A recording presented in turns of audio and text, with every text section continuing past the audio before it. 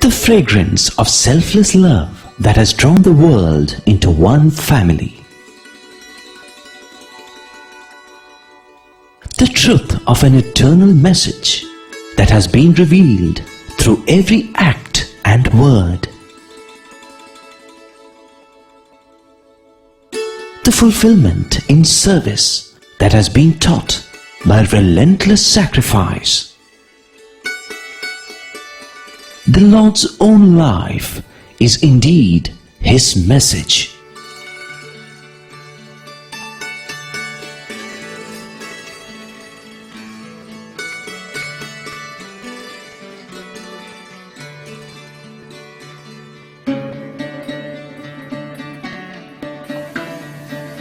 Sai Ram, and welcome to the second episode in our special teleseries entitled The Message of the Lord. Just to recall, this series offers the essence of the teachings of Bhagwan Baba in the context of today's world, especially the various critical problems that humanity currently faces. Last time, we began with the historic date 20th of October 1940, the day on which Baba, then a young 14-year-old, left school and family to serve humanity. After that, we went into a flashback mode, and starting with the incarnation on 23rd November 1926, came up to the 25th birthday in 1950, when Swami formally inaugurated what was then popularly called the New Mandir. Back in those early days, devotees thought of the Mandir in Prashanti Nilayam merely as a permanent replacement for the tin shed that earlier served as Swami's residence, with adequate space now for regular public darshans. That it certainly was. But few realized that this would also be Swami's headquarters for a mind-boggling mission that would be quietly unveiled, slowly and in stages, without much fanfare. The mission unfolded to reveal its amazing scope and dimensions. However, the message behind the mission continues to be largely missed, which is why the main focus of this series is the message, presented of course with glimpses of his mission as well. Let us pick up from the point where the so-called New Mandir was formally inaugurated on 23rd November 1950. Almost the very first thing that Swami did was to offer daily darshan, in fact twice a day. Along with darshan, bhajan singing too became an integral part of daily routine and has remained so ever since, indeed right up to the present time.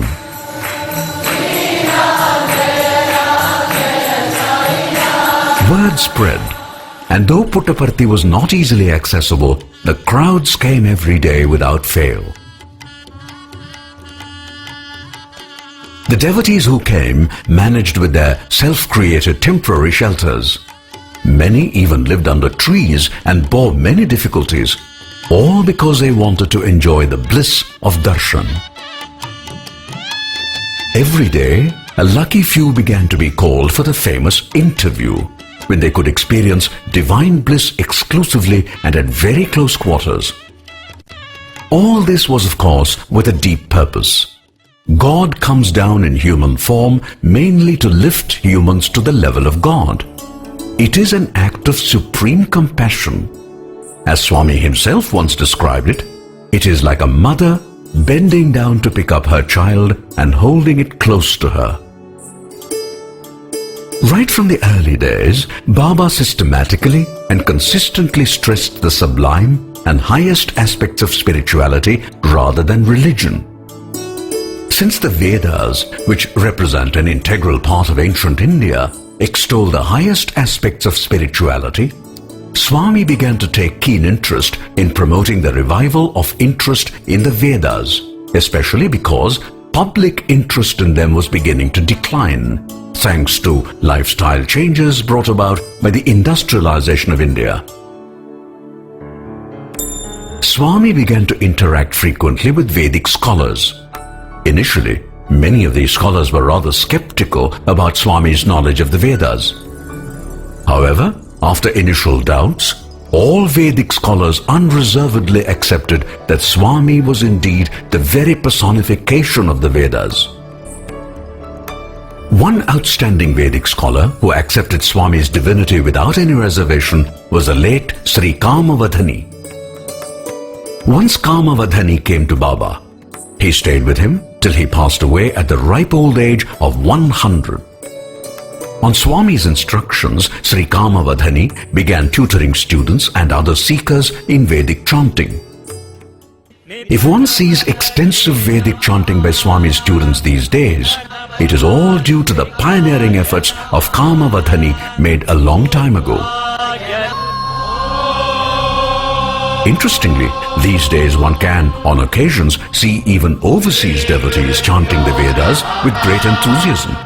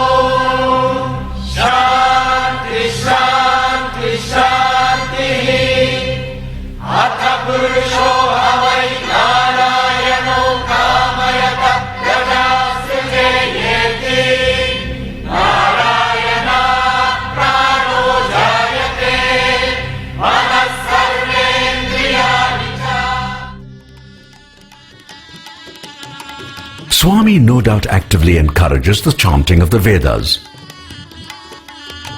At the same time, he is equally insistent that mere chanting would not do. Rather, in the true spirit of the Vedas, one must see God everywhere. And the best way to get started is by actively getting involved in selfless service, that is, to see service to society as service to God. Thus it is that many decades ago, Swami launched the Sri Sathya Sai Seva, or service organization, first on a national and soon on an international scale. When Baba introduced service as a mission objective, he told the service volunteers, Seva Dals as they were called, always perform your service, seeing God in the one whom you serve. And after completing your task, do not talk about how your service has benefited others. Instead, you should ask how performing the service has improved you. Over the years, Sai service has become truly global.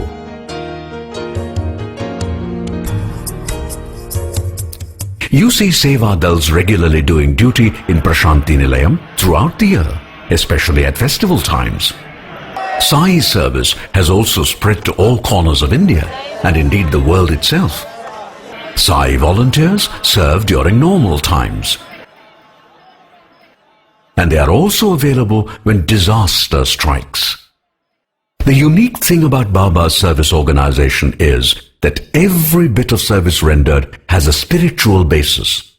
What you are about to see is Gram Seva in Durban, inspired entirely by the Gram Seva done by Swami's students in villages around Prashanti Nilayam. The scenes speak for themselves.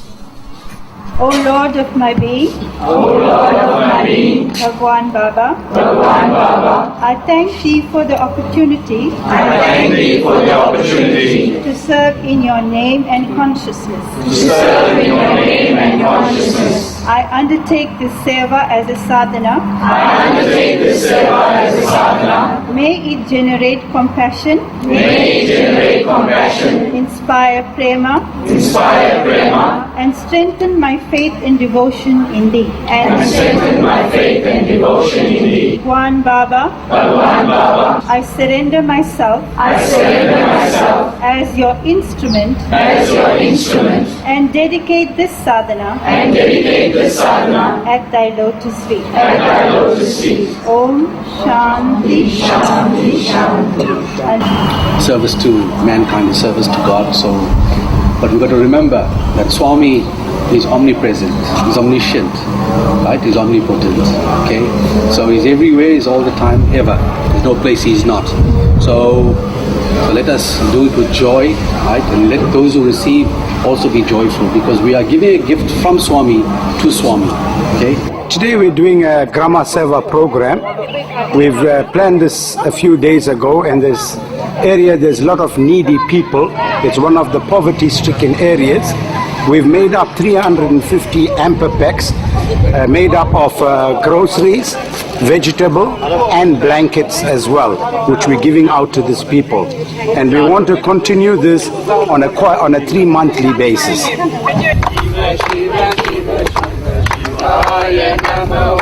Om Namah Shivaya, Shivaya Namo. Om Namah Shivaya, Shivaya Namo.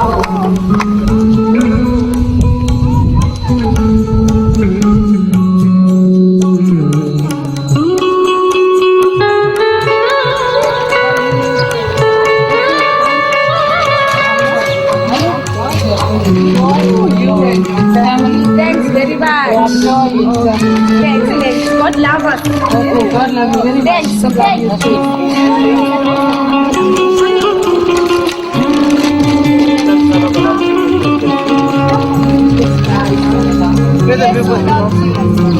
Today you can help your dad out.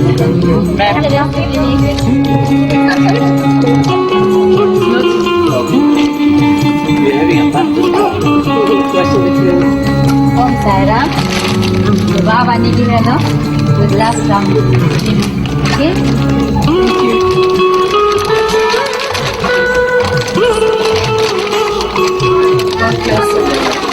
Thank you.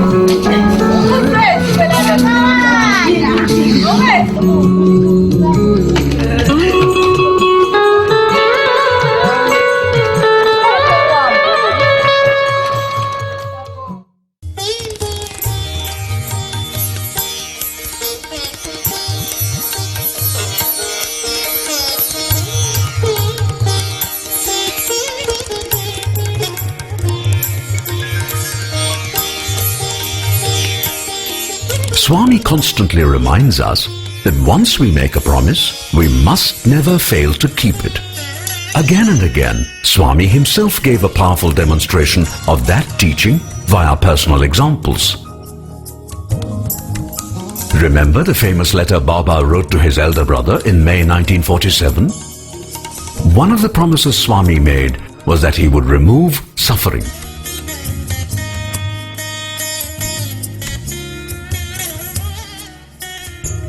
Quietly and barely noticed, Baba started a free general hospital in Puttaparthi in 1957. The hospital had a small and humble beginning, but already it was sending a strong message, which was that practical spirituality begins with service to the poor and needy.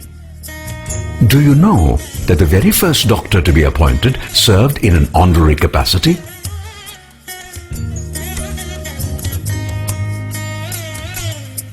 Thus, right from the beginning, Swami clearly demonstrated that it is his divine attraction and pure love that would be the driver and the prime mover for all his projects. That was way back in 1957. More than half a century has passed, and during all that time, God on earth has never forgotten any one of his promises for even one single moment.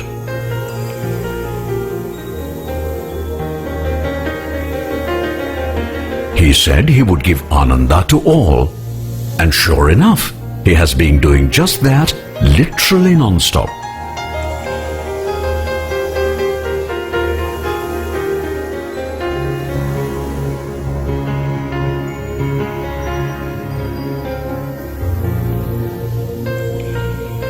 said he would lead people to the path of goodness and from spiritual darkness to light.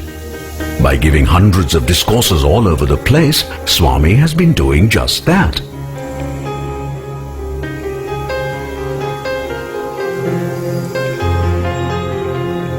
And he promised to alleviate the suffering of the poor. Not for a moment has he forgotten that promise also.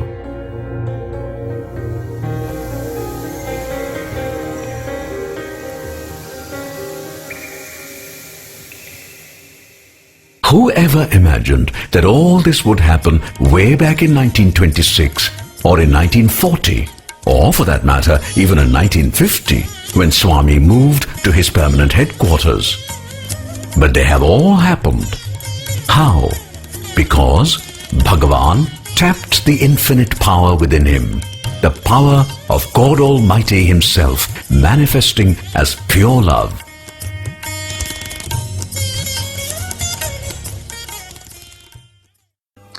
People often say, "Oh, Sai Baba can do anything because he is God. We cannot be expected to be like him. We are different."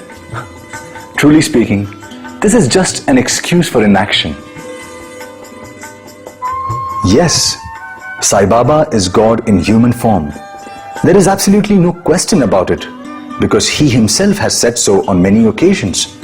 However, has he not told us so many times in fact that we too are God? He always tells us, "I know I am God, but you do not." And that is the only difference. Why is it that we are not aware of the fact that we too are God? That Swami has explained is because of our spiritual ignorance. And how do we get rid of that ignorance? By paying attention to the message of Bhagwan Baba and following his teachings as best as we can. Well, this month-long teleserial is mainly being brought to you to create an awareness of those precious teachings and also of the wonderful personal examples that Swami has set for the whole of humanity throughout his life. That is all for the introduction, and starting tomorrow, the focus would shift to the message proper. Please join us again tomorrow, and meanwhile, we do hope that you're enjoying our presentation. Thank you for being with us. Jai Sai Ram.